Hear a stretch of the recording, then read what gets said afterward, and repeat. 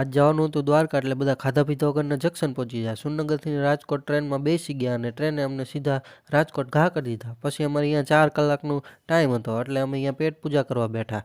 હવે અહીંયા અમારા હારે રોલ થઈ ગયો, જમવાનું જ 2 કલાક આવ્યું. જમીન પાછા જંકશન જતા રહ્યા. લે અહીં તો હાલતી સીડી હે, આવું તો પહેલી વાર જોયું. પાછા અમે ટ્રેનમાં ચડી ગયા ને ટ્રેને અમને સીધા દ્વારકા ઘા કરી દીધા. અને પાછી દ્વારકાની શેરીમાં અમે હાલવા માંડ્યા, પણ મંદિર પાસે તો ફૂલ ગળદી હતી. પણ દ્વારકાધીશનું મંદિર જોરદાર હતું. મસ્ત મજાના દર્શન કરીને અમે પાછા હાલવા માંડ્યા અને હાલતા હાલતા ભૂખ લાગી તો પહોંચી ગયા શ્રીનાથજી ડાઇનિંગ હોલમાં.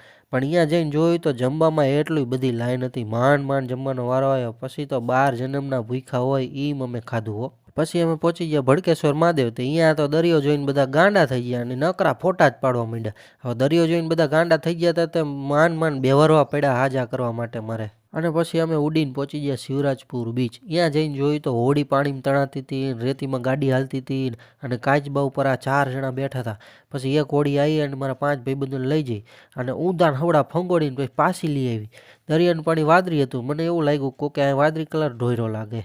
પછી પાછા આપણા ઉડન ખટોલામાં બેહીને આપણે નીકળી ગયા અને રસ્તામાં તો પીછાવાળો પુલ આવ્યો અને પહોંચી ગયા બેટ દ્વારકા. અને અહીંયા દર્શન કરી લીધા અને પહોંચી ગયા ઓખા રેલવે સ્ટેશન અને ઉપડી ગયા પાછા ઘર બાજુ. તો હવે આ ટ્રીપનો ફૂલ વિડીયો જોવા માટે નીચે મેન્શન કરેલો વિડીયો ખોલો અને આપણી ચેનલને સબસ્ક્રાઈબ કરવાનું ભૂલતા જ નહીં હો.